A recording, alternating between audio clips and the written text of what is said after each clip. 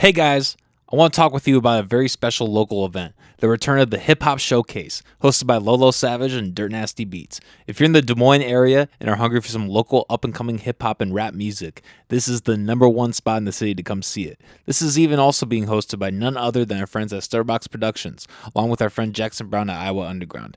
It's only a $10 entry fee and it's happening at your private bar, located at 1701 25th Street in West Des Moines, Iowa.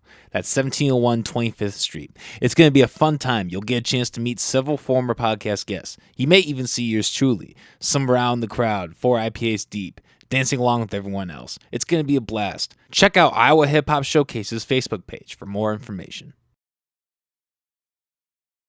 Last thing before today's episode, I want to give our guest Rotten Yellow and his business a shout out. If you want detailed and carefully done artwork for a logo or other kind of commission, Rotten Yellow is the man. I can say from personal experience, paying that extra penny to have someone put care into ideas is worth it. And not just going through some site like Fiverr or some kid that just does it for $20 on Photoshop. No, you want to get someone who actually puts care into it, and this is the guy that does that. All of his sales are direct, and everything he does is a limited edition or one of a kind. All you need to do is shoot him an email at neatfreak2007@gmail.com. That's neatfreak2007@gmail.com. Again, I can't thank him enough for what he did for the logo and for everything else he does. And without further ado, here's the episode.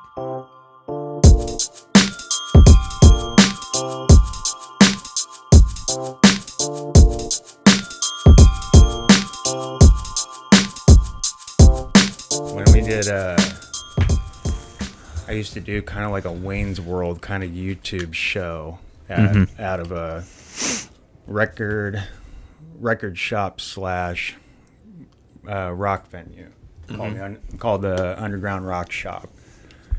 And it only did I think 12 or 13 episodes. And it was fucking crazy. And it was a maddening time. Like, you can definitely see within the beginning of the videos. These videos do not exist anymore.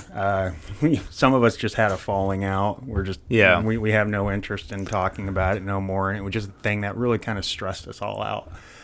But the whole basis of the whole show was to kind of take on the appeal of being Wayne's World, and it was the owner of the shop, Rat, who he wanted to go ahead and advertise his shop, his record shop, in which he had done. It's been on TV before. He sold a lot of vinyl records, cassette tapes, a lot of 8-tracks, local stuff, hard to find stuff, memorabilia. And then he did kind of like some of the head shop stuff. He sold some of the water pipes, sold some of the incense, and then there was me, where it was local art. So he kind of really opened stuff up. He was also a consignment shop, as far as someone could bring in their tapes or their, hey, my dad died, I wanted to know how much I can get for his collection or whatever. But in the back, after that store closed, or sometimes just mere hours before the store closed, there would be a show going on. And it was always all ages. And sometimes, there would be a cover charge, but most of the time it was free. So out of that, we would try to time it just fine, where it's like, okay, this band's coming in. Let's go ahead and get them so we can use them for a live bit like we're doing right now. And then we can go ahead and air that kind of like Wayne's World. On top of doing skits, kind of like Saturday Night Live. Oh, fuck yeah. Between me, a gal, she's super creative. She works for Slaughterhouse now. She got a hell of talent. She does Halloween makeup and stuff. It was her husband, and then Rat, and then there was another guy named Patrick who came in to the fix, and he was another kind of like videographer. Mm-hmm. So we were doing all these crazy skits. We were doing stuff that was mildly South Park offensive. We were really pushing bounds. And then there became the whole what's the place called? BME or BMI scare of licensing and music and shit like that. Oh, like BME, I think? Yeah, and they were just sending out just hardcore mail letters to us saying, hey, we noticed that you use this music on this segment and stuff like that. And then it became the part where it's we can't edit that. It is what it is. And it's just like, so then it became this double back on her part where it's like, hey, we need to create music, but we also need to make sure that you can use stuff that isn't copyrighted, stuff that, live music. And that got really tough. Then it got to be the point where it got really complicating to try to come up with new skits while editing. And it just like, it was very, very stressful. So we got to a point where it's like, we did some crazy skits where it's like we kidnapped the host, and then like we built this crazy fucking box and just made him look like he got kidnapped by clowns. And he's like beat up with grease paint on him, and there's like this dim light, and it was just this crazy shit. I haven't talked to him in like some time, but we're good friends. We all love each other. I can tend to lead on a lot, so you kind of have to stop me. Like there's a lot of life in my short time. That's what's great though. That's what and that whole thing was only like, it was a very short-lived moment. Like it was very like, and then it was over. An odd thing about that place is, like, I always call it like the CBGB of Des Moines. Like, of course, there was a safari club that was then turned into Harry Mary's, which is now Lefty's, and a lot of people see that as their CBGB. But for my time and what my involvement was in with the Des Moines scene, which was on a musical level very small, and then on an artistic level, I guess you could say it was much bigger. It was a very, very, very short time. But it was a lot of fun, too, because I met a lot of people through it. Man, like, it was so much interesting as shit. And the funny thing was, like I was saying, is there was a slumlord all in the mix up until the very, very, very end, and the roof started to leak. And we were having punk rock shows. Like, it couldn't get more punk rock than this shit. It was like CBGB. The ceiling in the hallway ended up just collapsing. And it was like one of the few times where because I was panicking, because I'm like, I'm taking care of the place. I'm living with the owner because he's like, I'll let you do house art. It's free. You just help me out at the shop. So it was really kind of like this neat little spot to do all this stuff. And I get the perks of like meeting bands and seeing live music, and like I totally realized how good I had it. You know, like being the house artist and then getting art shows and then doing all this stuff. It was really fun. Yeah. So one time I end up leaving out of town. I get this message from Rad, and he's like, "What the fuck?" And I get this picture, and all you see is just drywall plaster just right in the middle of the hallway, and it's the back entrance into how to get to the venue and the record shop. I'm like, what are we going to do? I take this tarp, totally just like podunk the shit out of this thing. And then it just becomes like this well of water, like brown water. And we got punk bands coming in like, what the fuck is that? I'm like, don't worry about that, man. It's all good. Shit, so like we had one band come in. I want to say it was Astro Bastards. They were a punk band, a young punk band, and they got their start out of the rock shop, which is an interesting thing. Now those guys are like in their 20s, mid 20s, and they were playing some show, and it got really hot and muggy in there. And stuff started to fucking naturally decay off the walls and the ceiling, and people were just like, "Dear God!" It was so much fun. I'm like, and at that point in time, like I was just a raging alcoholic. People didn't know it. I was just like, people did know that I drank, but not to what limit. It was just like I was just drowning whatever stress I had because I was doing the art. I was doing this place, and it wasn't that it was stressful. It was just having to deal with certain types of bullshit. I was going through personal stuff at that time too, and it just whatever. But it got to be real interesting. So a lot of interesting shit, and just stuff that you would normally expect in a punk rock club. People are fucking and doing drugs in the bathroom. Oh yeah, and you know that And that spot in Des Moines, like on the north side where it was at that time, like there was always the meth head who was trying to sell us a scratched up Garth Brooks CD for some meth, or you sell rose pipes, or, you know, blah, blah, blah. And it was always fucking something, man. It was fucking fun, though. But it was only for like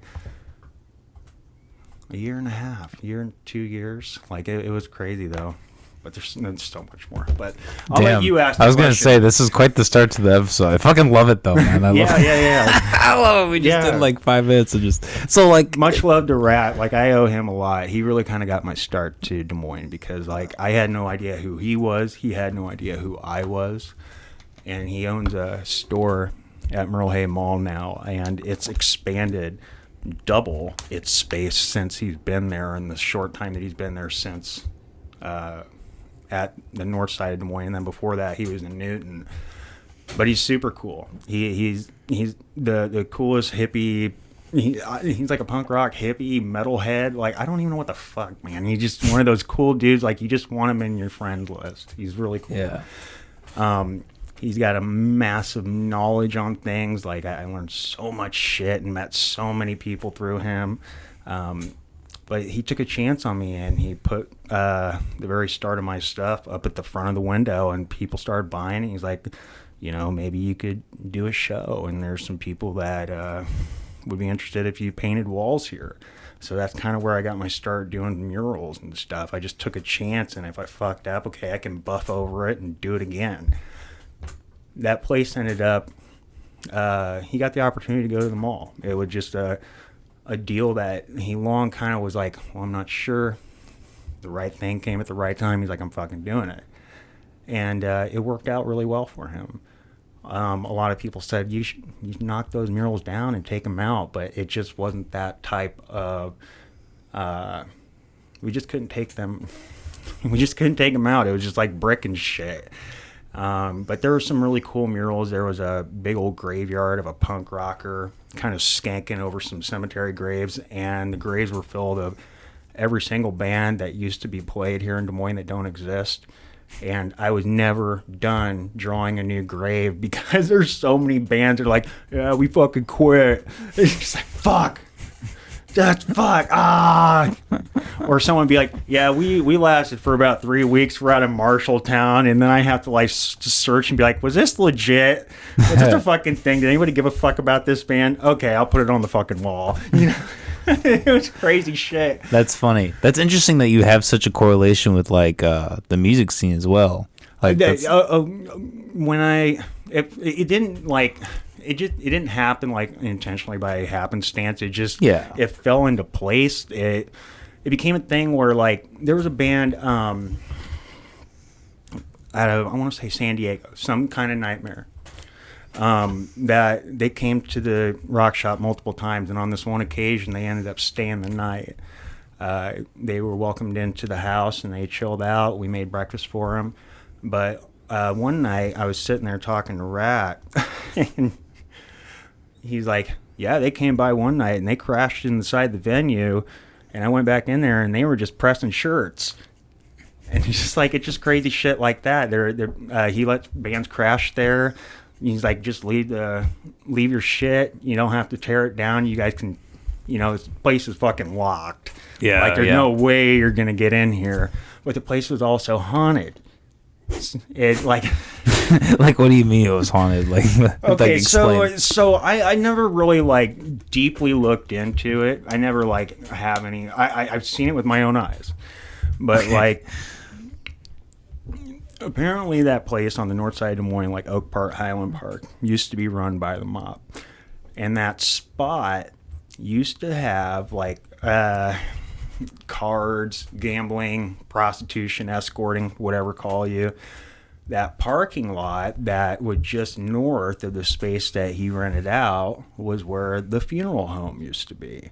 But there was people that said that if you go into the venue, through the door, down the basement, in which I have gone to, but it was always flooded down there, so you couldn't really see. But if you go down to the bottom of the stairs, where it was really fucking creepy, you look around, and then the wall's been concrete over. It's been bricked over. But it used to be a tunnel that went to that funeral home.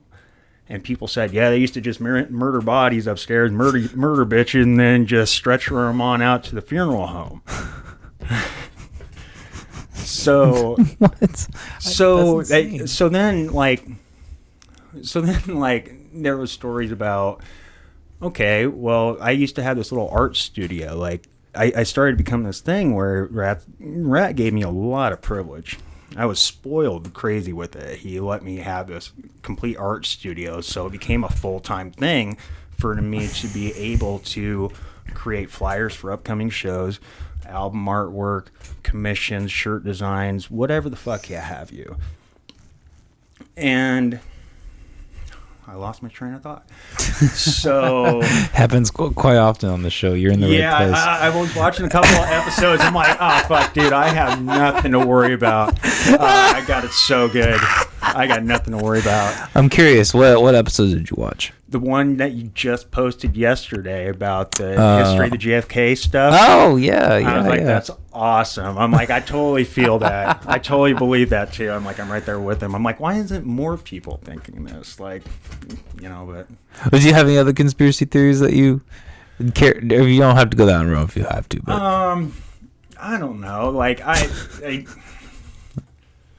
fuck, I don't really know. Like, none of them are like super duper like out of this world. Like, some of them have been confirmed and busted and stuff. Like, but now it's at that point where it's like I have to be very careful with like breaking that conspiracy down to people who seriously believed at that time that conspiracy was real. Like, I have certain people in my circle where I can't tell them like, we never landed on the fucking moon. What the fuck are you talking about? You obviously fucking know this with today's technology that was not gonna fucking happen. And they'll bark up a tree and they'll be like, oh, what are you fucking talking about? It was on the fucking TV. I'm like, look how easy it is to be emulated. Look how easy it is. We could have just took a fucking camera to a set prop and then you could have just believed it. Put some like grainy gradient shit in front of the lens and just completely fooled you. I'm like, there's no way that we could have went to the moon. I'm like, why do you say that? I'm like, look at the fucking science in it. It's not going to happen. So then there were some people in my circle who seriously thought the earth was flat. Nothing against them. I'm like, everybody can believe what the fuck they want. But when it comes to a point where a guy's like, I'm going to set a fucking rocket up into the sky and I'm going to prove that the world is not flat, and he fucking dies, I'm not going to sit there and believe that it's flat. There's things called orbit. It's a ball going it's going in a gyroscopic centrifugal force, thousands of miles an hour. It's going to have to circle itself out. It's kind of like when you mix a ball of dough in a mixer, how it ends up turning into a ball. It's just like, it's a big mixer. It's not going to be flat. It never is. It's constantly like amoebic, and the only time it's going to be flat is if it's like contained in a flat area. But space just keeps going. Yeah. We may not be like circular, but we're definitely round. Yeah. So are you saying you don't think that the moon landing is real? No. Fuck no. Because of the Van Allen radiation belt and shit like that. We may say... The thing is, NASA gets certain types of information that we are then to be, like, indoctrinated to fucking believe. I believe that.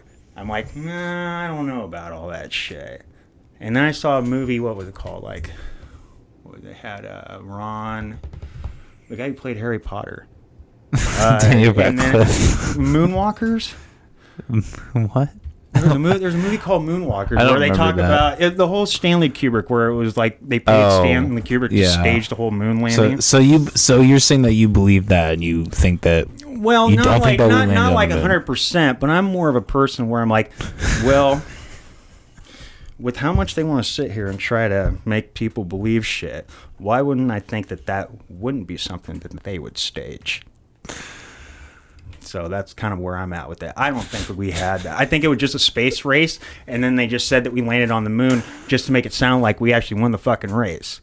And there's been many times where, like, people have done that, and then it's like, no, you didn't really fucking win. You completely fucking cheated on that shit. Well, I feel like I'm gonna say I disagree, but that's fine, man. That's your damn. I don't know if I've ever met anyone that actually fucked with that. I have heard like I'm a big like Stanley Kubrick fan. I have like been into the whole I mean, like there's people that seriously think out there that there's Sasquatch, and I'm like, are you fucking crazy? No, I agree. There's no fucking Sasquatch out there. I'm like, it could be Nick Nolte in the hills, but it's not fucking Sasquatch. Like it's totally not. Like there's something crazy out there, but I don't know if it's a hairy fucking dude that people keep drawing pictures and making lawn ornaments of. But it's not that guy. You know, he doesn't look like the beef jerky guy by a long shot. So Rotten Yellow, you do art. yeah. And I obviously through just in the first 10-15 minutes of this conversation, you can find out that I have a lot of time to myself as a full-time artist. Yeah, I can imagine. So yeah, I can imagine your because I clean offices and my mind can run pretty wild then too. Like do you when you're painting, do you like listen to podcasts or music, or like what are you doing? It usually goes into one of three realms. I try not to fall into the third realm where it's like a house that's just because a lot of the time so what a lot of people don't know is like I'm a full-time dad too. So when in this whole full-time artist thing, like I treat it no different than someone who is supposed to be at the position on the assembly line at 9 o'clock. You better be there ready to work. You know, and I kind of adapted that same type of work ethic with doing artwork because I want to be very diligent with what I do. So on the weeks that like I'm working on your stuff where I'm at home, I have like the kids drop them off because I'm also the bus driver and the guy who provides the snacks when they get picked up. Yeah. So between the, what is the average, 450 miles that I drive in 1 week for 3 kids going to 2 different districts, it's pretty crazy. So it gives me like, you know, I get home about 9 o'clock in the morning and I got to bang out something. I got to make myself productive throughout the day. I can't just sit there with my thumb at my ass the whole time. So 2 o'clock comes around and then I got to get stuff going. Wednesday, early outs, what a fucking joke. I get home, I get 20 minutes, and I got to be back out on the road to go pick the kids up because they get out at like 12 o'clock. It's ridiculous. And it's like just a running gag. And it's like, did you get anything done today? Like, what's your 8-minute sketch look like, Dad? And it's like... Oh, it's so funny. It's so funny. So do you mainly paint, or like what's your medium that you usually? It's usually, I kind of sum it up into 2 realms. I do painting, which then breaks into many branches where it's, I do a little bit of oil stuff where it's like an oil paint marker, or sometimes I'll do like enamel, like sometimes pinstriping, but not too much. And then I'll do aerosol paint. Like spray painting, rattle cans. I'll do murals that way. I've done interior homes. I did that for a handful of years, and I still continue to do that. That's kind of more of my side hustle. It started naturally, but I kind of pushed it towards the back burner. But I do interior homes. I've done color changes and done complete floor levels and painted millionaires' homes, whether it be a mural or the inside of a home. Oh, wow. So there's a lot of homes that I pass by, and I'm thinking to myself, yeah, I painted that. And I worked with sign companies too, so there's signs around town that I've painted. I'm like, yeah, I've done that. I've done that too, and doing flyers, and I see those. So like it's kind of like, it's intermittent, but it tends to be everywhere, and not all the time too. It tends to like float in and out throughout the year. I'm like, yeah, I did that piece, and it's on this billboard now, or I did this piece and it still stands to this day in Indianola or whatever have you. So, and sometimes things get buffed over and you just ride with it. So I just stopped getting attached to certain types of art because when you get to a point, you start to realize like, well, fuck, dude, why? I'm not getting mad if someone don't paint on my shit. I can just fucking do it again. And I can do it even better. Like, to me, it would just like, that's a fucking sketch. Like, I can fucking do that again, and I'll do it even better. So it just gets to that point where it's like, this ain't shit. Just repetitive. And like... repetition, I should say. one advantage to that is like I highly suggest like people who want to just like be a full-time artist. If you haven't bought a light box yet, or some way to be able to project your art to be able to scale it to certain sizes, it's highly beneficial. Well, what's a light? For those who don't know, what is that? It's just like if you took a piece of paper and stuck it up to a window, and it illuminates light behind it so you can see the image. So it makes it, it gives you the ability to trace on top. A grid, essentially. Is that kind of. Yeah, kind of, okay. in a sense. All right. And then there's like a projector where I can just take it's an old style piece of shit. It's not exactly what they have in high school where you take a transparency and then there's that. I have that too. I have used that. It's all right. But I'm talking something that's table side where it uses kind of like a periscopic type of projection, and it illuminates your image onto the table, and it goes up and down a column, beam, and you can use kind of like this dial that, based on how far you want to see it, and going up and down the column, and you get it projected just right, you can blow things up like 20 times its size. So that's how I'm able to take like a simple thing such as like your logo, and if I wanted to make that like 8 feet in 4 hours, I could do that. Back in the day, and some people even today don't have that ability to be able to project it and make it that big. Some people have to longhand compass that shit, and I there's sometimes I have to do that too, when it's like, well, I can't bring my projector to the site. How are we going to bang out this big circle on the wall? So I have to learn how to be able to do that. You take a tack and you stick it in the drywall, a string, and tether it to a pencil and just go and get it done. Apply the same tension throughout and get it done. So, and I learned a lot of that stuff from like people who used to work in sign companies and stuff like that. There was a lot of guys that did a lot of the old school pinstriping and enamel, sandwich boards, and window painting, and I met a lot of people, and you'd think like it made it interesting for me because like now that I know how to do that, I'm going to do that and then say, yeah, I can do that, because I'm not going to be the person that says that I can't do that.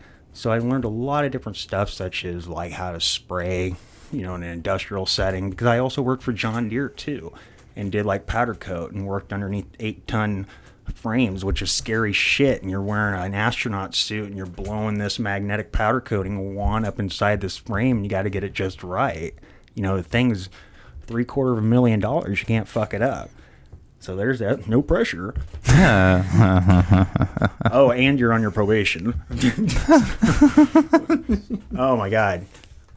So how long have you been doing this? As far as like selling art on a professional level? I guess both. Like either how long you've been like semi-professionally doing it, or like been able to sell it, or what's been your timeline? Well, art has always kind of been in my life. Well, we can answer that part of that question at another part. But skipping forward to like junior high, I would just sit there and draw a lot. And at that point in time, it was towards like the necessary demise of 90s tribal tattoos. I would like to say that as a former tattoo artist, I'm not a fan of those types of tattoos. They just look shit. I don't care how clean the line is. It just like everybody had a fucking... I mean, I had a fucking tribal tattoo. I got it covered up. How long did you do tattoo art? I did tattoo designs. Here and there, I'll still do tattoos design, but I first and foremost prefer the tattoo artist to do it. I never try to rob from a tattoo artist what they want to do. That's kind of something that I really frown upon in like Facebook groups. If someone wants like a tattoo, but they want like an artist to draw it, it's like, just go to the fucking tattoo artist. They can do it just as well as I can. It's like, well, we want it done in your style. I'm like, yeah, but they still are going to have to trace it. They're still going to apply their style to it somehow. So what difference does it make if I draw it? You're still going to have to get it done by that guy, girl, whomever. So I don't know. It's just one of those things. It's like you're spending extra money for it. I mean, but I totally get where it's like you get a design, then it ends up being something so cool that's like, okay, well, yeah, initially it was going to be a t-shirt, but now I want to get it done as a tattoo. I've seen that happen, and that's cool too. You know, it happens more often than not. It's like, hey, dude, I got that thing that you drew, and I turned it into a fucking tattoo. It's like, holy shit, that's awesome. Just the most random thing. I'm like, yeah, it happens. All right, that's cool. But as far as being a tattoo artist, it was a very short-lived thing. Okay. I'll say this, that being a full-time artist is the most consistent job that I've had. I learned a lot of different things, and in the end of it all, I've realized that, like, working for somebody else doesn't suit well with me. Because when it comes down to they realize that you're really good at what you do, then they just want fucking numbers from you. And I'm not down with productivity managers looming over my head saying, hey, man, you've been hitting home runs. You should do home run derbies every single day. And since one guy can't get his shit together, we should just have you do all his work for him so it doesn't make me look bad. I'm like, no. And that scheme seems to be everywhere. And I'm like, I'm not doing it. Unfortunately, people who are like, you know, young and they don't know that yet, I'm like, fuck. All right, well, I'm just waiting for that domino to fall. And then we had that conversation like, yeah, man, those motherfuckers, fuck the man. It's like, yeah. But then on the other side, you know, sometimes like people see what I'm doing and they want to take that dive. They're just really unsure and they're really hesitant about being a full-time artist. Well, I'll tell you this, that yeah, you're going to feel the pressure. Yeah, you're going to get my sleep pattern. I wouldn't wish upon my worst enemy. Like it's, you know, I go to bed at like 8 o'clock at night, but I'm constantly waking up more times than I have fingers and toes. I'm getting up at like 4:30 in the morning because I'm constantly trying to figure out, all right, because of the pandemic and that variable. And I should be extremely grateful for the fact that I'm a full-time artist because at any given second it'd be done. Yeah. Just like that. And then I got to go back to painting houses if people had the money to provide for that. But people are holding on to their bucks, man. And when you're a full-time artist, you have to be accommodating to the outside world, the one that, you know, you decide to step away from. And people will still get paid on Fridays or Thursdays. You know, people get paid on every 2 weeks. You can't be, you know, hitting everybody up being like, hey, man, blah, blah, blah, blah, blah. It's like, yeah, you have to stay professional. Mm-hmm. And when you're losing money and you're having to dip into savings to pay your rent or stuff like that, then it becomes a thing where I'm like getting up at 4:30 in the morning. I'm like, what the fuck am I going to create today? And I'm literally doing that like 5 out of 7 times a week.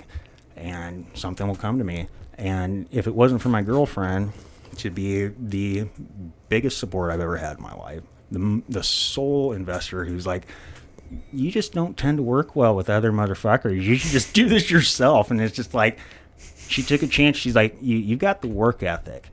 You just don't want to work with anybody else. Yeah, I can relate to that. Just show me that you can do it. And I just let my actions speak louder than words, and I just kept cranking shit out, and it just never stopped.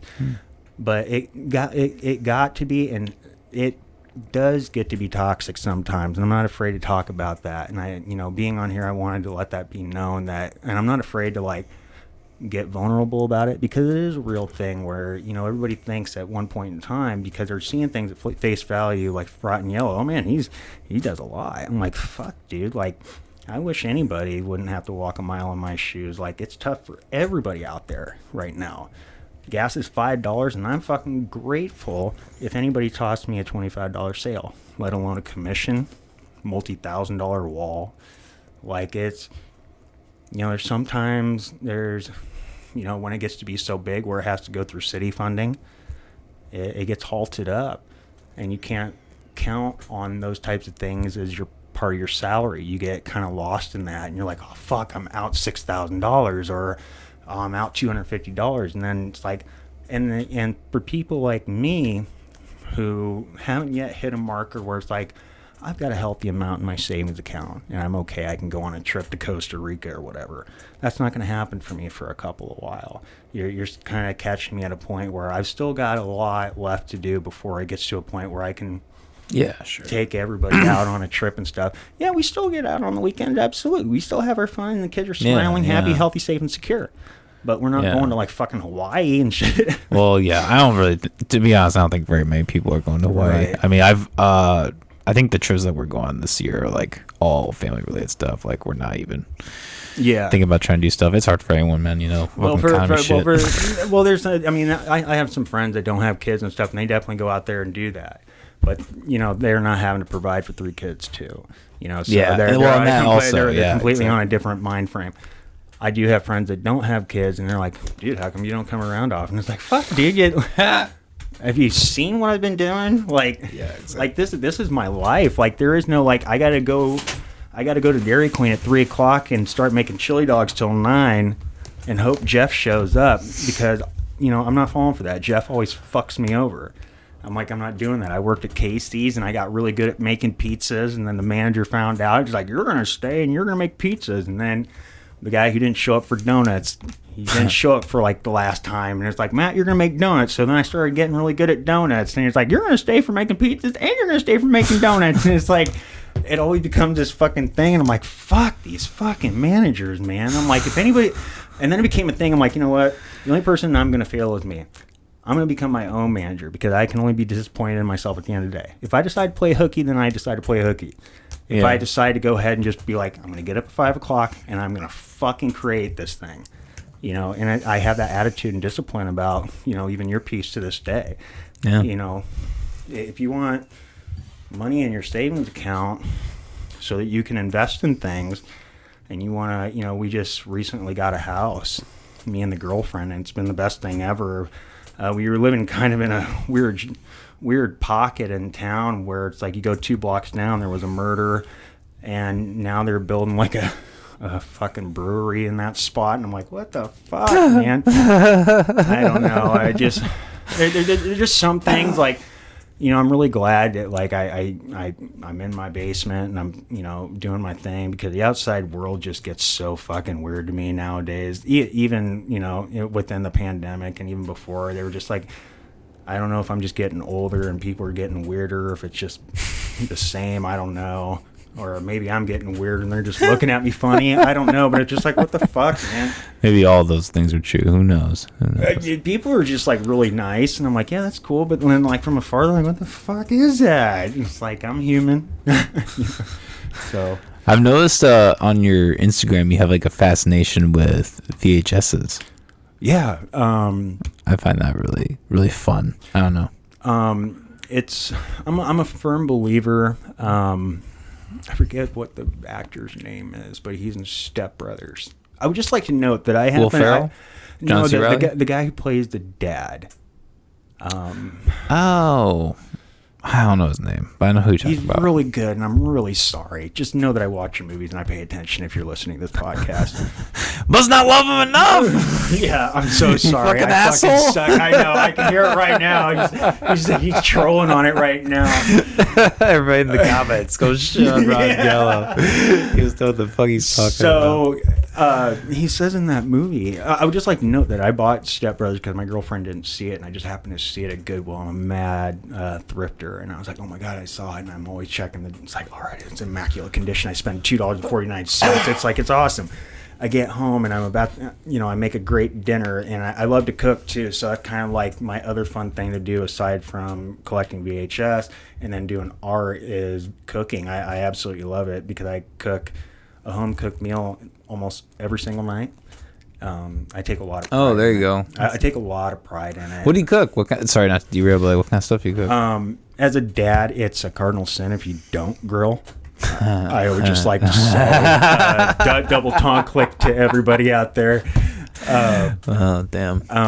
Charcoal. I don't get real all like crazy with it. Just if I can make my ribs not taste like shit, I'm fine with it. So I'm 100% down for barbecue. I lived on Guam, so we had people who used to come up to our house and be like, we're going to go in the jungle, we're going to catch a pig or a large snake, and we're just going to spit roast it over the fire. So here, get this shit. Damn. Okay. I'm 9 years old, living on Guam. And if anybody doesn't know where Guam is, take about like 2,000 miles worth of Pacific Ocean and then just put a like Rhode Island in the middle of it. It's not really big. And I'm stuck there in the 90s, which was like the best fucking time in my life.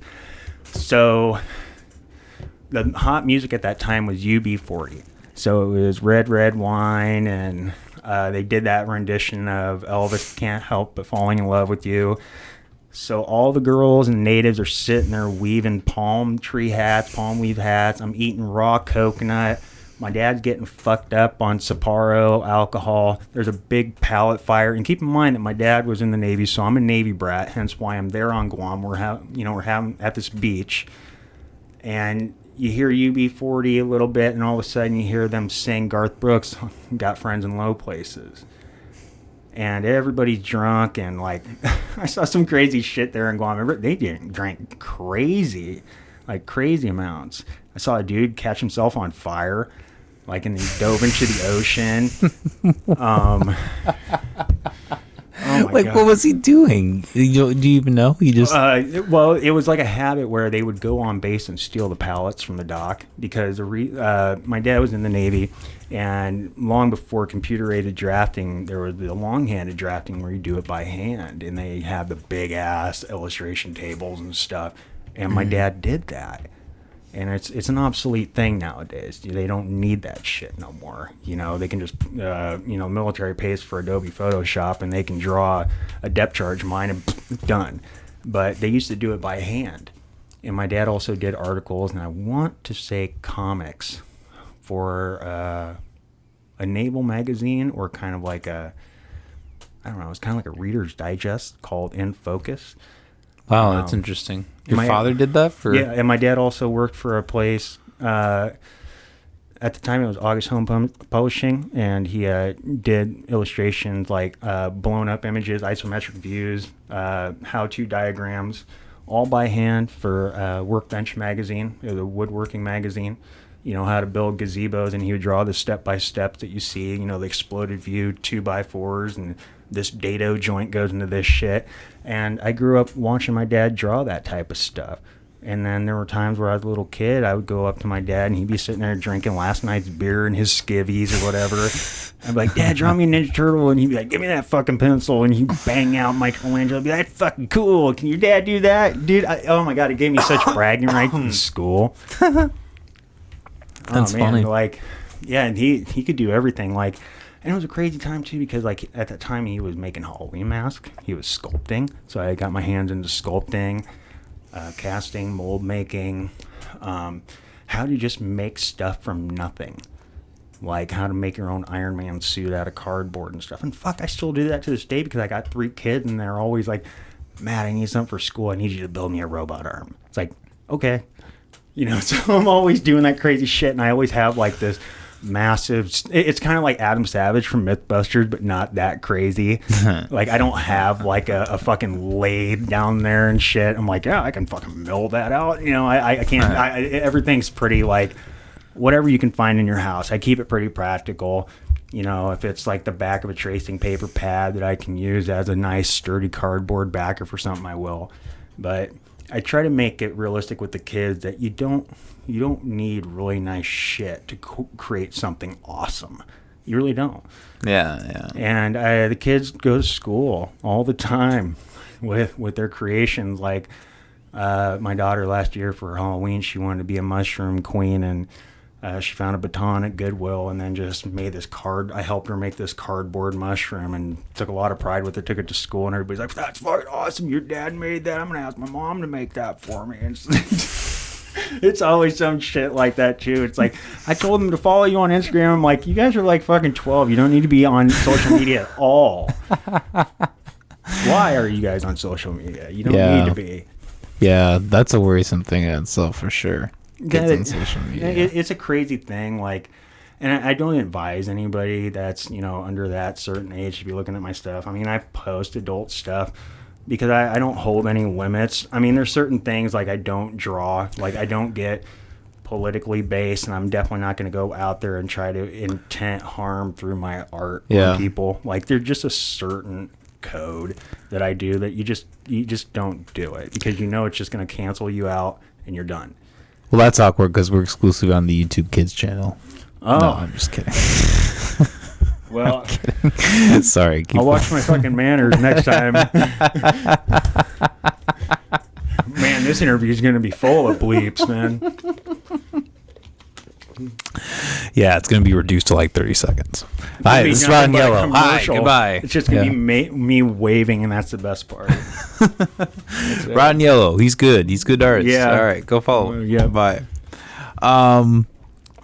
Fuck, man. Yeah, I love everything you do. I love your. Well, I wanted to ask you your You mind rolling up your sleeve and showing us some of your tattoos? Some of them, they're the thing is like when you asked about the tattooing, it was a very short time, and it was very very bittersweet time because it was I was like I said a heavy drinker. I'm almost 6 years sober now. Oh, hey, good for you.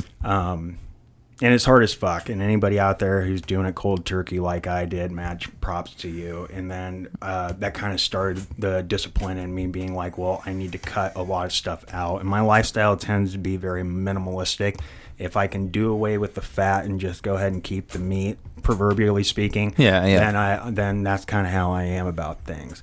I don't treat people like that. Don't get me wrong. Like there's some people where they understand, like I can't see right now. I've got shit to do. Okay, that's cool. But then at that time I was also a heavy smoker, and I was smoking 2 packs of Marlboro Red or Lucky Strikes, and I'm not even 30 years old at this time. And working at the tattoo shop didn't really help that out because we worked right next to a bar.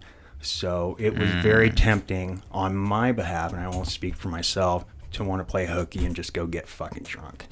So me and Wild Turkey 151 became very good friends. Yeah. And there's a lot of times throughout my life where I just don't really remember a lot of stuff. And a lot of people don't remember that. There was a lot of times where I just kind of where the fuck did he go? Oh, well, I was probably getting fucking wasted. Just kind of doing my own thing and dealing with my own problems and depressions. And, I had my battles growing up, much like anybody else. And, we don't have to dive into that because, it isn't about that.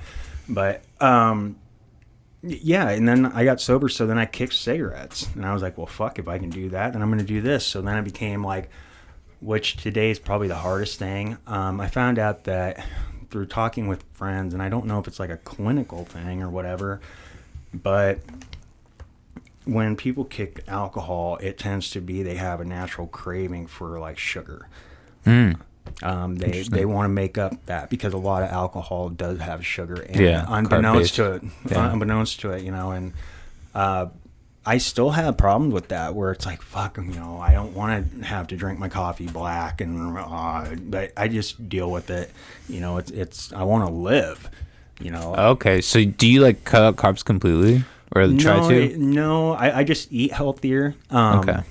And plus on that, like the girlfriend had recently found out over the years that she had chronic kidney disease, so we cut out a lot of the oxalates and stuff like beans and high sodium, and if it's got like a phosphate or a nitrate, I have to kind of dive in deeper with that and be like, okay, well, that's not going to be good for anybody's kidneys, let alone yours. I'm like, if it ain't going to be good for you, why the fuck would I be putting it in myself?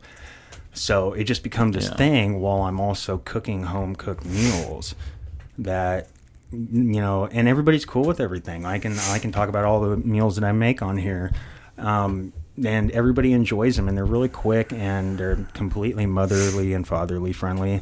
If you do that kind of stuff, if you have to bang something out within, less than an hour, and you got to feed 5 heads, I can show you how, and there's other people that can do it too.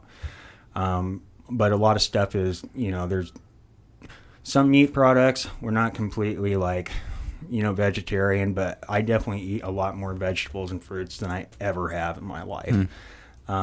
Less coffee, more apples in the morning.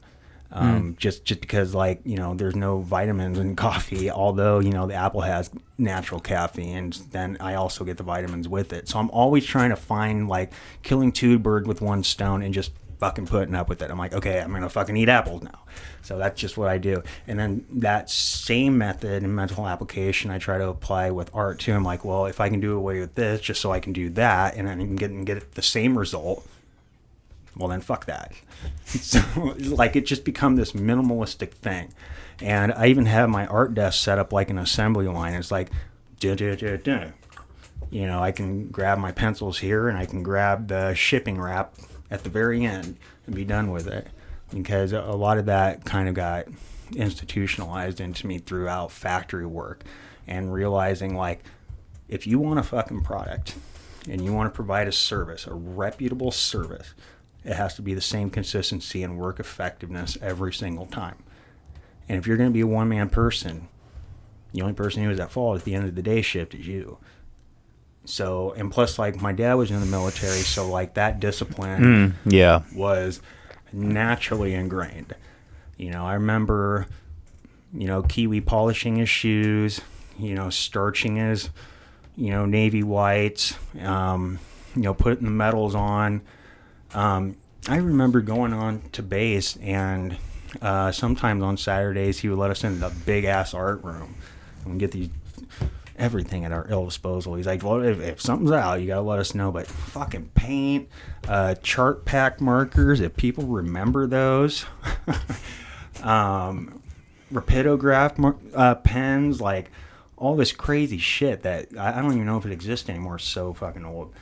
But I could ride my bike through the hallways and, like, stopped right in front of an admiral and didn't even know it was an admiral. You know, that was a crazy thing. He's like, what you doing? And I was like, hey, how's it going? And, like, I was too little to understand what that type of, like, ranking and military hierarchy and, you know, positions and stuff like that. And I'm just like, oh, okay.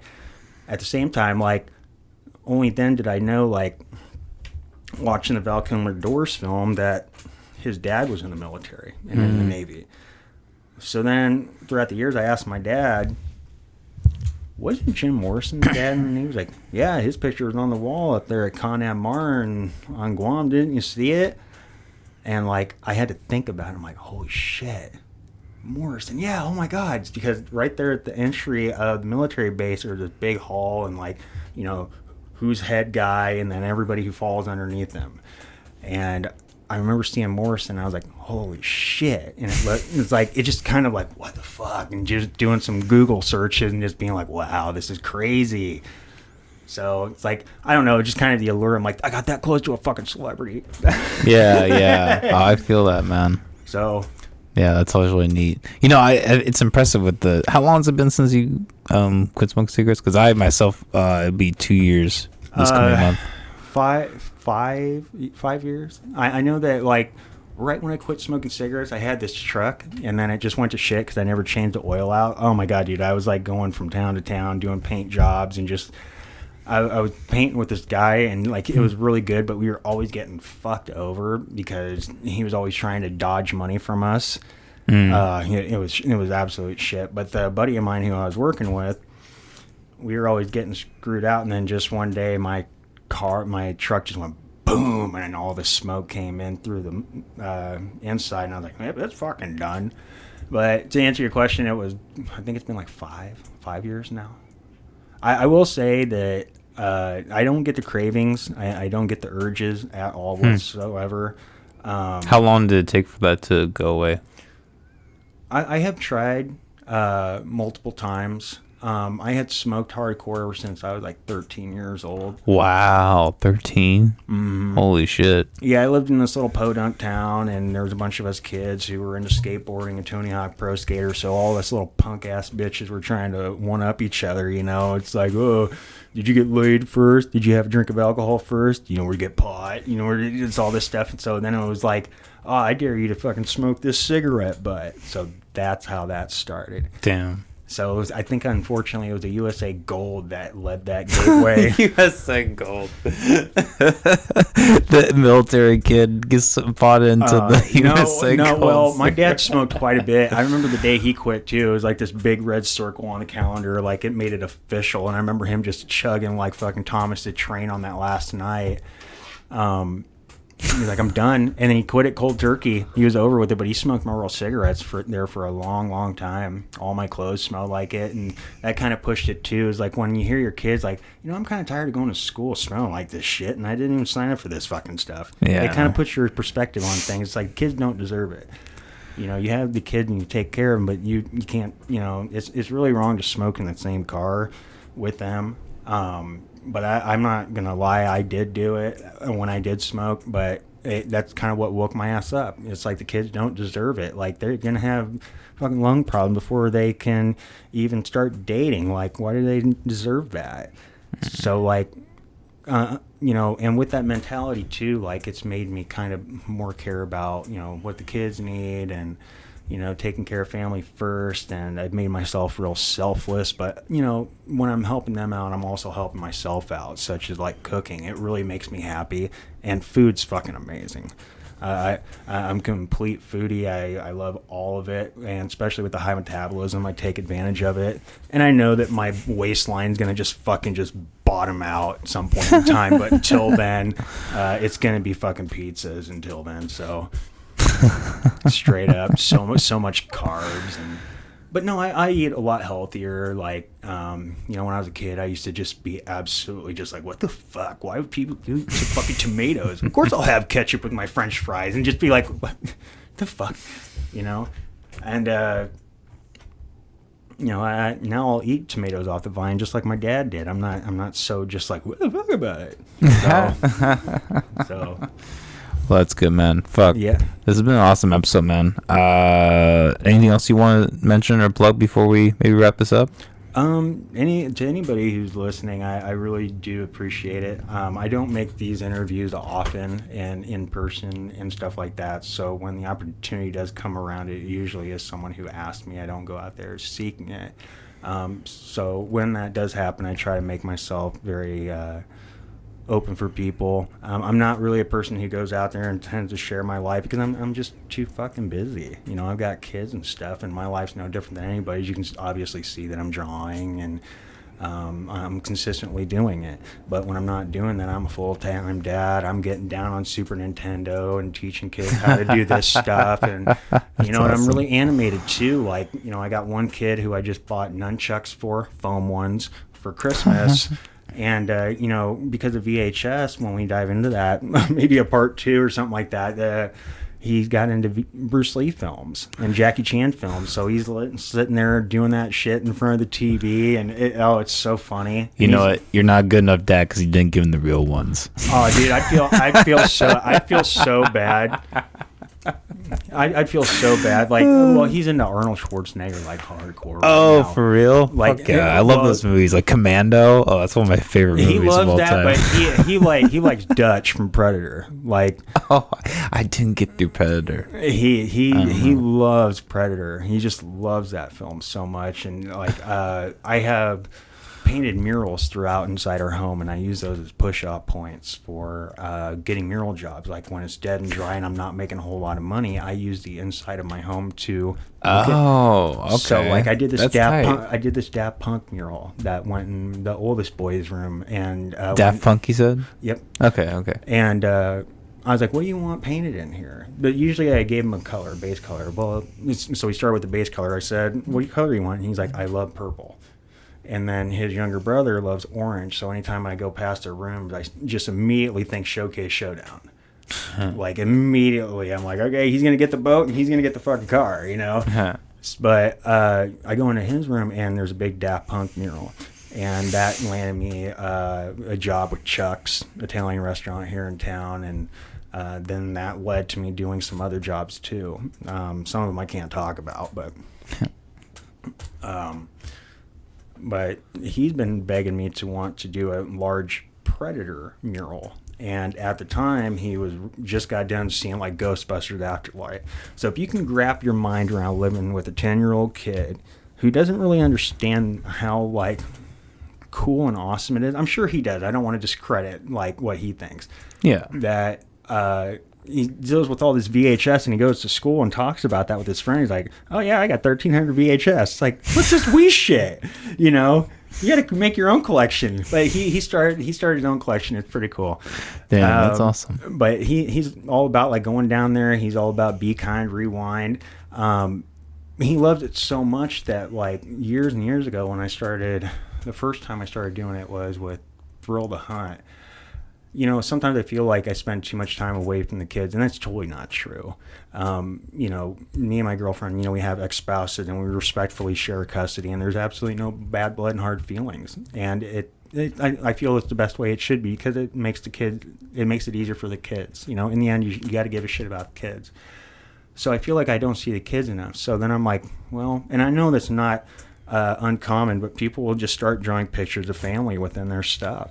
So I put little Cal, and Cal has like this infamous cow lick. Like it's like Dennis the Menace bad, like in the 90s, where it's like St. Louis Arch cow lick. And we used to give him shit about it, but we don't anymore. He's growing older, And I put him inside my illustrations and stuff like that. So I put him in the Thrill the Hunt one, and he's like, I sold another one, buddy. He's like, that's so cool and stuff. And he's like, yeah, that's me. And he tells his friends about it and whatever. Oh, that's nice. And then cool. There's another one that I did, and that ended up being for a mom and pop video store documentary that's set to be out. I did want to mention that on here, that with the VHS stuff, like there's a Facebook group that you can probably find me and a lot of the video VHS people called Video Vagrants. It's the best Facebook group out there. It's just like a Thunderdome of trolls. It's good because we're very real. We feel like brothers and sisters, and a lot of the people used to be old projectionists at theaters and used to run those gas station / rental stores and stuff.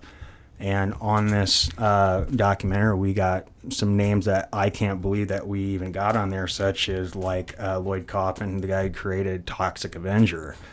And I'm just blown away. And I did the cover art for this, and there's people that got prints and stuff, and that's just one piece of art that I did.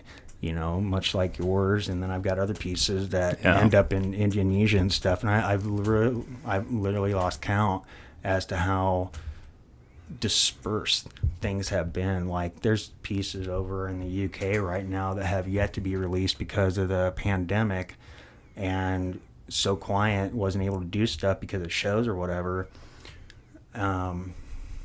But yeah, it's just a crazy thing. Like, it's everywhere.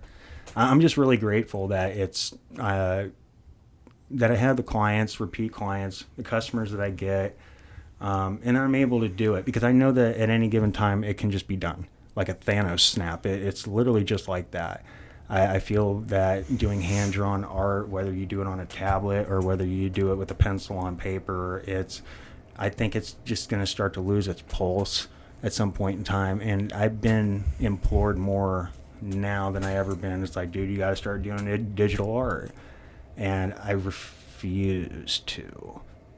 Oh, for real? You're against that? I'm pretty fucking loyal to, that's what I grew up with, and that's how I'm gonna die. That's how I'm gonna die. That makes sense. That's just the way I learned. Like, you're not gonna get the same effect and same organic feel and emotion that you would if you sprayed a whole wall. There's this samurai that you can see down at the 9th Street Viaduct. It's still there to this day that I banged out. I think it's I forget, 12 feet tall. Damn. But it's all aerosol. It's all spray paint, and it's a whole different feeling than something you can do on an iPad or something like that. Like, don't get me wrong, that type of shit's cool, but try banging out a 12-foot wall. It's a whole different fucking feel, man. It's a very enlightening thing. It's a very humbling thing. I'm also a person that's not afraid to step up to a challenge. I mean, that's the only way you learn, and I crave to learn all the time. If it's something I don't know, I'm gonna probably want to know how to do it. I don't know how to fix a VCR. Well, today I'm gonna learn how to fucking fix a VCR. And a lot of that type of stuff I learned because of YouTube. It's a free college. And I realized, I don't have to pay tuition for that. I don't have to get fucking financial aid from that. I can just learn it from a guy, just like I would if I had to wear my little backpack and go to class and sit down and be like, yeah, Professor Smith. I can actually learn it from another guy on Smith who just showed me for free. And I take that knowledge and then just apply it to whatever I'm doing and do it enough times and get good at it. And that's how I got a lot of the skills that I can do. So, it's really just a matter of like how bad you want to do it, how often do you do it, and you're going to end up getting good at it over time. And I know we're well over like an hour. Oh, no, we're fine. No, we're fine, man. So, I guess, is there anything else you want to plug before we wrap up here? No, if there was like things that you wanted to bring up, I know that you asked about the VHS stuff. Yeah. That I had that as a kid, lost a lot of it in the flood. Then it kind of sparked up again when I met my girlfriend. We were friends for a long time, and then we started dating. And I went over to her house for art jams, and I realized like she had Cheech and Chong's Next Movie and Forrest Gump and heavy metal on VHS. I was like, holy shit, man, this is really cool. And I only had like a certain amount of tapes in my possession myself. Yeah. So we mashed the two together. We started living together, and oh my God, I wish I could pull up the photos, but like it got to the point where, anybody who collects VHS, like when you start to get up into the hundreds, if not the thousands, just moving the shit is a fucking headache. The thought of cleaning your shelves it doesn't exist. It's like, only if I'm watching that movie is that thing on that shelf going to move. I'm not going to pull those shelves off to dust that. Are you fucking crazy? That shit's fucking heavy. Like a whole box? Jesus Christ. Like that shit's heavy. So it started in our little apartment. We got 20 tapes, and then it started to get into 100, and then people started to notice, like, wow, he like really gives a fuck about that. And it's like, yeah, I don't watch Netflix. I don't do Hulu. I don't do I do YouTube, and that's really my only way of like online, if anything, streaming. I kind of lost interest with a lot of that stuff, like right around like Iron Man, because I realized like it became weird. Like when I was working in the factory, and everybody was wondering, dude, did you watch Endgame this weekend? It's like, why is everybody talking about the same fucking thing? Like, yeah, it's just like this orchestrated like thing, and it's just and I think that same thing is the same reason why people still tune into stupid famous celebrities and shit like that. It's like because it's like what Howard Stern said. It's like people just want to see what I say next. It's the anticipation of the unknown, the call of the void, yada yada yada. Yeah. But yeah, we have like 1,300 VHS. I wanted to try to get that as accurate as possible, but like we have last time count. That's insane. But we have I have a shelf that I bought from Video Warehouse that I use. We have tons of family video stuff, and there's movies that I still don't have that I'm always seeking. But in today's Video Warehouse, the one in Real Hay. Yeah. Oh wow. Okay. Well, yeah. When that place closed down, and it was just like a low key word of mouth. It's like, dude, they're selling fucking shelves. It's like, oh shit. And I have some friends that have the real tall ones that used to lean up against the walls, not the island ones. I have one of the double-sided island ones. Oh. I have one guy. No, I'd correct myself. There's multiple dudes that live here in Des Moines with massive collections that have like those shelves, and it just makes their whole basement look sick. Like my collection, fuck, that ain't shit compared to some people. Like they have stuff that they never let go of from a kid. My collection started when I stopped drinking. Like I stopped spending money on booze, then I started spending money on that. That's how I was able to afford that. But some people, like, they don't have kids, and it's just like, yeah, I can go out and buy like Chopping Mall, which is a $200 VHS tape. Me, I'm like, that's fucking groceries. I can't do that. Well, yeah, that's an insane level in itself. Yeah. Oh yeah, with the booming world of VHS, like the throwback of retro is just a screaming thing with merch. Mountain Dew started doing it, Pepsi started doing it, Disney started doing it. People realize like I need that nostalgia, and once I started to figure out that formula, then I adhered it to my artwork. I'm like, people love that. People love the 80s, 90s shit. Anything that can still make them feel like a kid again. I mean, hell, dude, I was putting art on like my own handmade pogs there for a while. Like I get crazy with it. Tales from the Crypt stuff, Street Sharks, anything like that. People just absolutely eat it up. If people can familiarize with your artwork and not they don't have to sit there and like try to think about it. Yeah. And I'm just saying it works for me, where they don't have to think about it, and they can be like, oh my God, I love that. My kid would love that. Oh, it's Mario on an AT-AT walker. You know, I've done that before. Yeah, it was called Darth Mario. Like, I don't have the original anymore. Like, I did 3 different variations of that with prints, and all of it sold. You know, and that type of stuff I don't have anymore. It's just kind of like, it's a thing. It's another star in my universe. It's there, but whatever. I don't even remember what it was. You know, so hell yeah. Yeah, Rodney, it's been a fucking pleasure, man. Yeah. I also want to say fucking thank you for the work that you did on the logo. I think it really is brought it helped bring a new edge to the show that I've been looking for, and the design is awesome.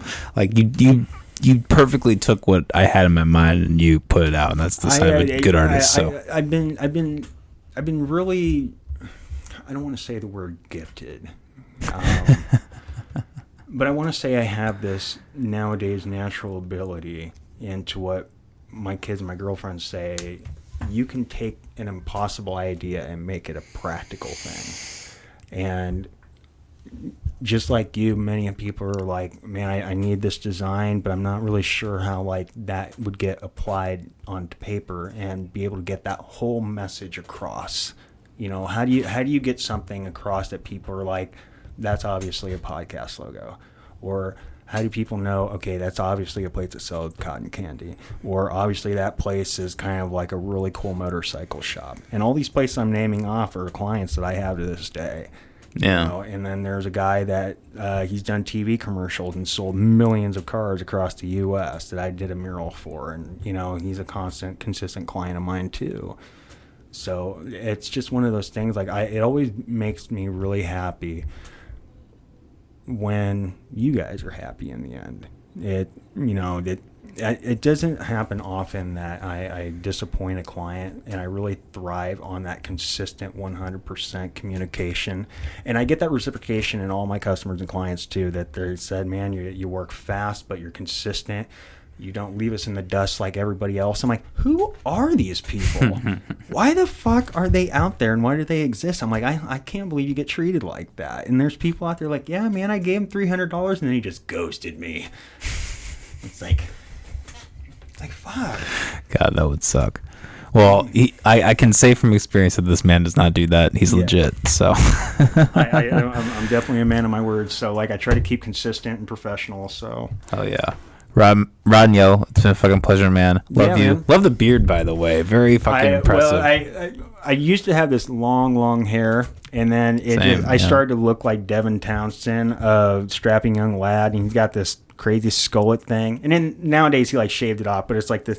It turned into the recede that they call at the house. They're like, yeah, it looks really bad. You look like something from Big Trouble in Little China. It's just like, it doesn't make sense.